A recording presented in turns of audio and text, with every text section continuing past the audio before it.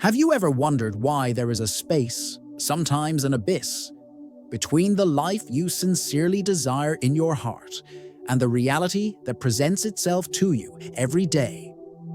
It's not about wanting material things, but about that deep yearning for peace, for health, for a connection that makes sense. It's the silent prayer you make, the intention you put out to the universe, and the life that often responds with an echo of silence, or with the very thing you feared most. What if this distance, this space between your desire and your daily life, is not a punishment nor a coincidence? What if it's simply a language we never learn to speak? The silent language that your body uses to converse with the universe, long before your mind has a chance to formulate a word. We were taught to ask, to plead, to use the mind to build the future. But what if the key isn't in the mind, but in biology? Science, through visionary minds like that of cell biologist Dr. Bruce Lipton, is beginning to decipher this code. It shows us that every one of your 50 trillion cells is, at this very moment, listening to your emotion, not your request. Your cells do not understand your words of hope if your body is vibrating in fear.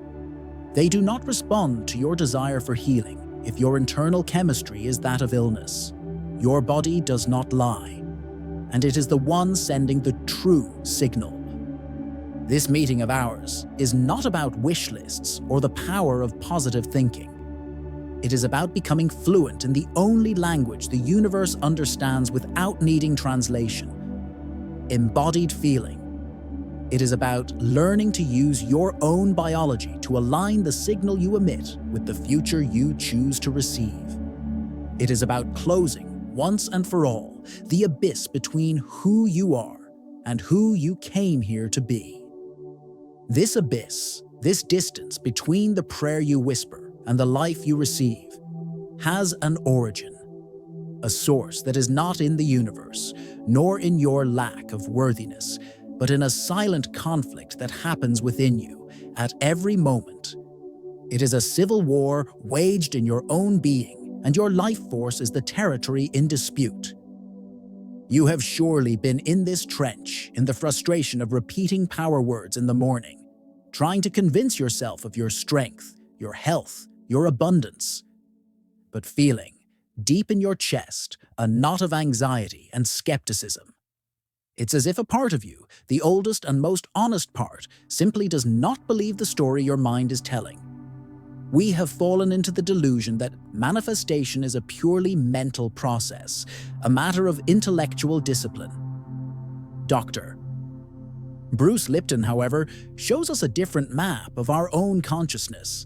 He reveals that your conscious mind, your willpower, your present desires represent only 5% of the power that governs you. The other 95% belongs to your subconscious programming, to the habits, beliefs, and emotional reactions that were recorded in your body since childhood and that operate on autopilot without your permission. You can desire peace with your 5%, while your 95% is programmed for battle, for survival. If upon hearing this truth, the face of someone you love came to mind, remember that it is possible to send this clarity to that person. The universe always finds a way. This is why the technique of giving thanks beforehand is so profound, as it was not designed to convince your logical mind. Trying to convince the mind is a game. It almost always wins with its doubts. This technique is a language to dialogue with and reprogram the subconscious, and feeling is the only language that your body, the home of the subconscious, understands without question. It does not debate, it just feels and responds. The true question that aligns these two worlds is not an affirmation, but a felt inquiry. Instead of forcing yourself to say, "I am abundant," allow yourself to ask, "How would I physically feel if my financial worries were already resolved?" Don't look for words. Seek the physical sensation of relief in your shoulders, the change in the rhythm of your breathing, the subtle warmth that spreads through your chest. Sustain just that bodily sensation for 60 seconds and you will have bypassed the skeptical guardian of the conscious mind, delivering a new instruction directly to your biology. Imagine this for a moment. Your conscious mind is the captain shouting orders on the deck of a great ship, pointing to a new horizon. But your subconscious is the immense crew in the engine room, who does not hear the shouts. This crew, loyal and efficient, continues to follow the old maps they were trained with for a lifetime, keeping the ship on the same course as always, regardless of the captain's orders. The genuine feeling, the one you sustain in your body, it is the only new map that the crew accepts and adopts instantly, without asking questions. It is the only instruction capable of truly changing the course of the ship. And this ability to change course, it doesn't come from magic, it comes from pure internal alchemy. However, many of us wake up and feel the exact opposite of an alchemist. We feel like hostages of our own biology, as if the first news of the day comes from our body in the form of aches, fatigue, a despondency that seems to weigh on the soul. And it is precisely here that understanding becomes liberating. Gratitude, the feeling of appreciation, is not something ethereal or poetic. It is a concrete neurochemical event that happens inside you. It is capable of releasing dopamine and serotonin, lowering levels of cortisol, the stress hormone. You literally change the chemical composition of your blood. The great paradigm shift is that you do not need an external reason to feel this way. Giving thanks for something that has not yet happened forces your brain to create the neural pathways and the chemistry of that reality now. You are building the neurological foundation of your future in the present moment. Upon waking, before anything else, try placing a hand on your heart and finding one single simple thing to be genuinely grateful for in the future of your day. Perhaps it's the feeling of clarity you will have in a conversation, or the comforting hug you will give someone you love. Feel the emotion of that now. Your body is a pharmaceutical laboratory. Stress and anxiety produce poisons that inflame your cells. Advanced gratitude produces the pharmacy of well-being, sending your cells the nutrients of growth and vitality. But upon hearing about this internal pharmacy, a part of us might feel a certain exhaustion. The exhaustion of having already tried to fake a positive feeling. That painful dissonance between the smile you force on your face and the emptiness you feel in your chest. A practice that, instead of healing, becomes a burden. There is a myth that faking it till you make it works in manifestation. But your body is a biological lie detector. It feels the truth of your vibration. It knows when your gratitude is just a thin mask for the fear or lack that lives underneath. The counterintuitive truth is this: a small and absolutely authentic gratitude, like the one you feel for the warmth of the sun on your skin, is infinitely more powerful than a forced gratitude for a miracle you don't believe can happen. What generates the electromagnetic signal that creates realities is coherence, the unified truth between the heart and the brain.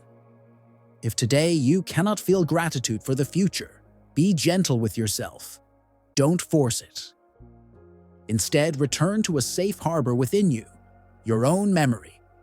Remember a moment, no matter how distant, when you overcame a challenge. Relive in your body the feeling of relief and victory you felt that day. Let that emotional signature of the past, which is real and yours, fill you now. Use that energy, that authentic fuel, to then give thanks for a future overcoming. This is a practice so profound that you may want to save this video in your personal library, so you can return to this safe harbor on days of doubt. Trying to feel gratitude by force is like shouting at a seed to make it grow faster. Authentic gratitude, on the other hand, is like water and sun. It makes no noise, requires no effort, but provides the exact environment, the silent and patient nourishment that the seed of your intention needs to germinate on its own, in its own sacred time. If this image has touched your heart, your like is the silent way to honor that resonance. And this silent nourishment, this signature of authenticity that you offer to your inner garden. How exactly does the seed, your cell, receive it? How does it know it's time to grow, to blossom? Often, we feel that our deepest desires and intentions are like fragile messages sent in bottles to the sea, launched with hope, but without direction and with no guarantee that they will ever arrive anywhere.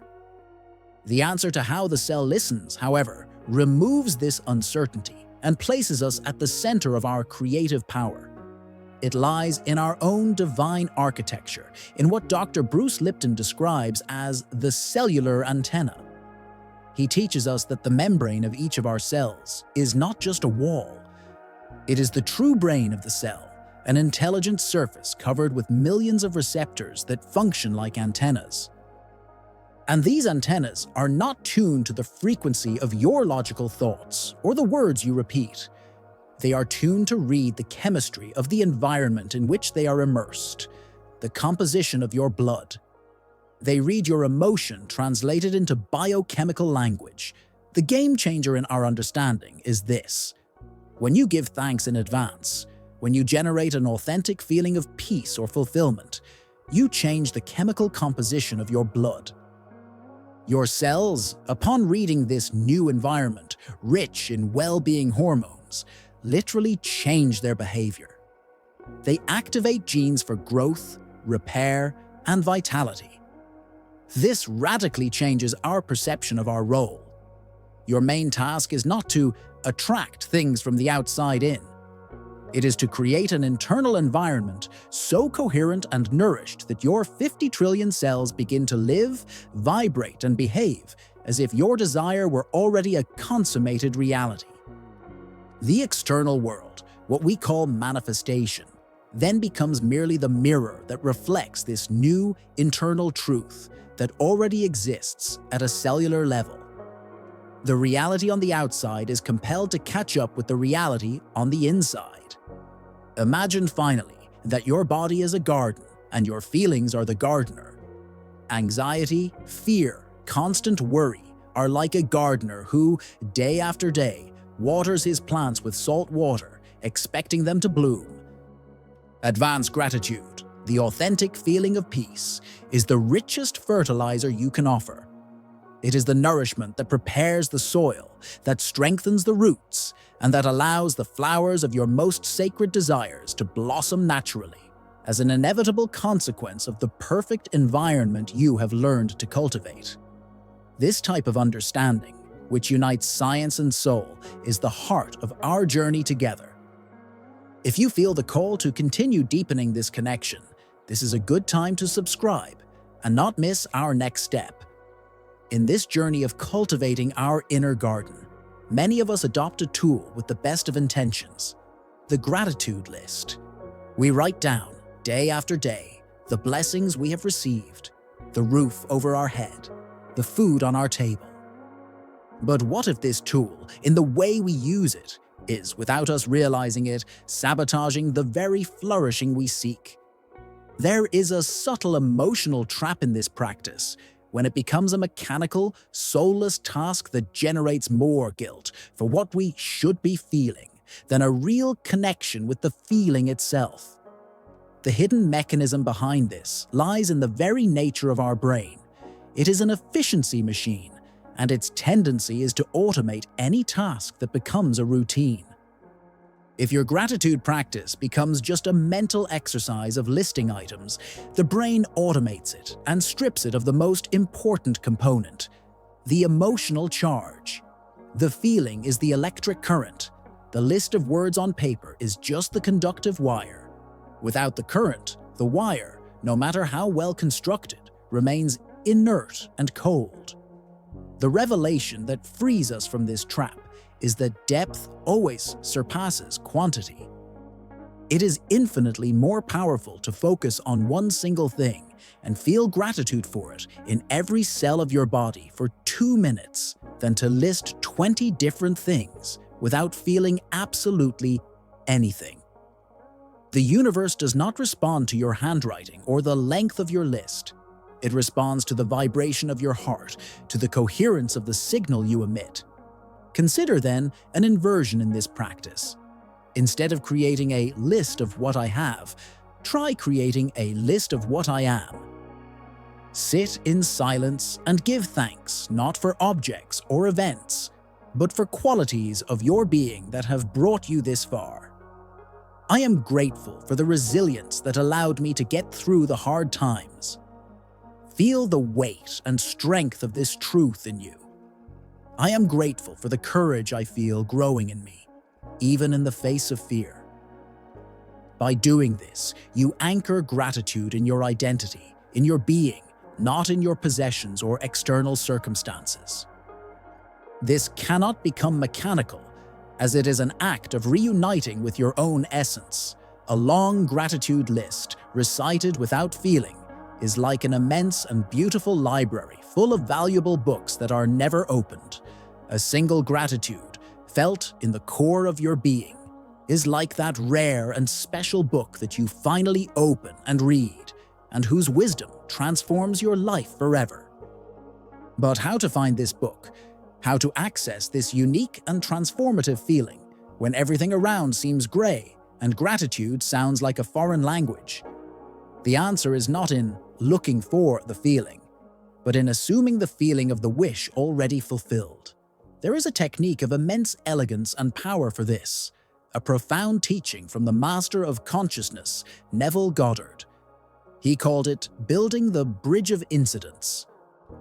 Many of us get lost precisely in the anxiety of trying to control the how and the when things will happen.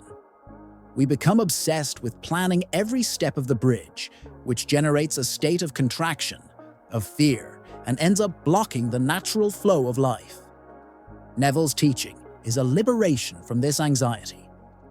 He explains that when you manage, through your imagination, to assume the feeling that your desire is already a consummated fact, your subconscious mind, which is connected to a greater intelligence, begins to orchestrate and build a series of seemingly disconnected events, encounters, ideas, synchronicities that, together, form the bridge that will infallibly lead you to the physical manifestation. Here is the great paradigm shift. Your job is not to be the engineer of the bridge. It is to be the resident who already lives emotionally at the final destination. Your only responsibility is to generate the feeling of naturalness, of relief, of peace, that what you desire is already yours. And the practice of giving thanks beforehand, which we have been exploring, is the fastest and most direct way to teleport yourself to the other side of the bridge, allowing it to materialize under your feet with grace and without effort. The process can be summarized in 3 internal movements. First, define a clear intention for your day. It could be a solution to a problem, a harmonious conversation, or a feeling of peace. Second, close your eyes for a moment and, instead of visualizing the desire, ask your body, what would my breathing be like if this were already true? How would my shoulders feel, free from this weight? Seek this subtle change in physical state. Third, give thanks. But don't give thanks for the result that will come. Give thanks for the feeling of relief and naturalness that you are feeling now, for already having that in your being. This is a point of power, a moment of decision. If you feel the call to apply this way of creating your reality, there is a strength in declaring your intention. When you are ready, write in the comments the word, I assume. Not for us, but as a seal of your commitment to your own creative consciousness. Trying to control the how is like driving a car on a dark night, staring intently at the engine, trying to understand how it works, while the car remains stationary. Assuming the feeling of the wish fulfilled is like turning on the GPS. You simply enter the final destination, relax in the driver's seat, and trust that the system, the greater intelligence of your subconscious, will calculate the best route and guide you along it, even if the paths seem unknown or illogical to you at the moment. But at what moment of our day, with so many distractions and noises, can we actually turn on this GPS of the soul and define our destination? There is a window of opportunity, a sacred moment that neuroscience itself shows us is the most powerful for programming our reality. And this moment is in the first few minutes, right after you open your eyes. There is an invisible mistake, an unconscious act that most of us commit, and that sabotages our day before it even begins. It is the automatic gesture of, upon waking, reaching out and grabbing the cell phone. It seems harmless, but this is an invitation for stress, the opinions of others, the world's problems, and the urgencies of others to become the first chemistry to flood your brain and body. You start the day already reacting, already in defense mode, instead of starting by creating. The silent factor that few know is that in the first 20 minutes of the day, your brain is still operating predominantly in slower brain waves, like theta and alpha. This is a state of very high receptivity, very similar to a natural hypnosis. Your subconscious mind is more open and accessible. What you plant in your consciousness in this state grows with a disproportionate force throughout your entire day. And here is the revelation. Practicing giving thanks beforehand in this state of receptivity is not just a positive act. It is an act of sovereignty. You are reclaiming your internal state before the external world tries to impose one on you. You are telling your body and the universe, I define my frequency first. I dictate the emotional tone of my day. I am the first voice my biology will listen to today. Create a golden rule for yourself. No external input before my internal input. Before any screen, any news, any conversation, dedicate the first 5 minutes of your day to generating the emotional state you choose to live in. Place your hands on your heart, breathe, and feel the gratitude for the day you are deciding to create. This simple practice creates what we can call a biochemical membrane of resilience, an energetic shielding that makes you less reactive to external chaos. Think of this. Your mind in the morning is like fertile soil, freshly plowed, ready to receive any seed. Grabbing your phone is allowing random winds to throw seeds of weeds, of anxiety, and of fear into this soil. Practicing advanced gratitude, on the other hand, is the deliberate act of walking through this sacred field and planting, with intention, love, and care, the seeds of your own magnificent garden. And when you take care of this garden day after day, with this presence and intention, something extraordinary begins to happen over time. The feeling we call gratitude begins to evolve. It ceases to be an active effort to become something much deeper and quieter, a state of being. We enter the graduation of our electromagnetic signature, the passage from gratitude to certainty. At the beginning of the practice, it is natural to live in a dissonant frequency. Moments of deep faith and connection, followed by waves of doubt and fear that seem to erase all our progress. This oscillation, as we have seen, sends contradictory signals to the quantum field, keeping us trapped between the past and the future. But with consistent practice, something begins to change. The feeling of gratitude, which once had to be actively invoked, starts to become your natural background state. It transforms into a passive state of knowing, a calm and silent certainty. And here is the great paradigm shift, which frees us from a lot of pressure. The ultimate goal of this journey is not to live in a state of euphoria or ecstatic gratitude all the time. That would be inauthentic and exhausting. The true goal is to achieve a state of deep peace and coherence. It is to reach a serene knowing. An unshakable confidence that what you desire is already on its way, simply because you have already lived it and felt it internally.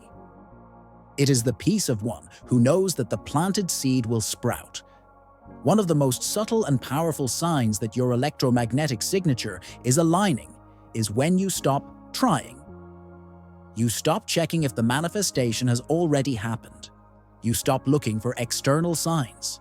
The need for proof disappears because the internal certainty has become your new and most solid reality. The anxiety of waiting dissolves, as there is nothing left to wait for. You are no longer at the starting point, looking at the destination. You have already arrived there, in your being. We can use one last emotional language to describe this evolution. The initial, active, and sometimes effortful gratitude is the rowboat. It is the tool that requires your strength and intention to get you off the island of despair, doubt, and scarcity. But you were not made to row forever. Serene certainty is the moment you trust the ocean. You let go of the oars, lie down in the boat, and learn to float, allowing the very current of life, the intelligence of the universe, to carry you gently to your destination. And when you learn to float, when you finally trust the current, you understand the deepest truth of this entire journey. You realize that the secret of giving thanks beforehand was never about asking to receive. It is about instructing your biology to become the person who already has what you desire. Manifestation, in the end, is simply a side effect of your new cellular identity. The vision of Bruce Lipton reminds us that you are the master chemist of your internal laboratory. The authentically felt emotion is the catalyst that transforms invisible potential into visible matter. You are not a victim of your genetics or your day. You are the programmer of your cellular expression through the universal language of feeling. And the call of Joe Dispenza echoes this truth, inviting us to stop waiting for the external world to change so that we can then feel good. He challenges us to use the technology of advanced gratitude to generate the feeling first. Marry this future emotion. Live with it, sleep with it, wake up with it until it becomes your natural state of being. It is at this moment that you stop predicting the future based on the memories of the past and begin, in fact, to create the future from the field of infinite possibilities. The final action, the invitation that this meeting of ours leaves you with, is not to change the world in a day. It is something much simpler and infinitely more powerful. It is to change the chemistry of your body for 5 minutes. Choose a future sensation you desire for your life. Peace, health, fulfillment. Embody it in your body now. Give thanks for it as if it were a cherished memory. And then, most importantly, let go, surrender, and observe. Observe not just what happens outside, but who you become inside. This is the true transformation. May your journey be blessed. Come back when you feel the call and tell us how it has flourished.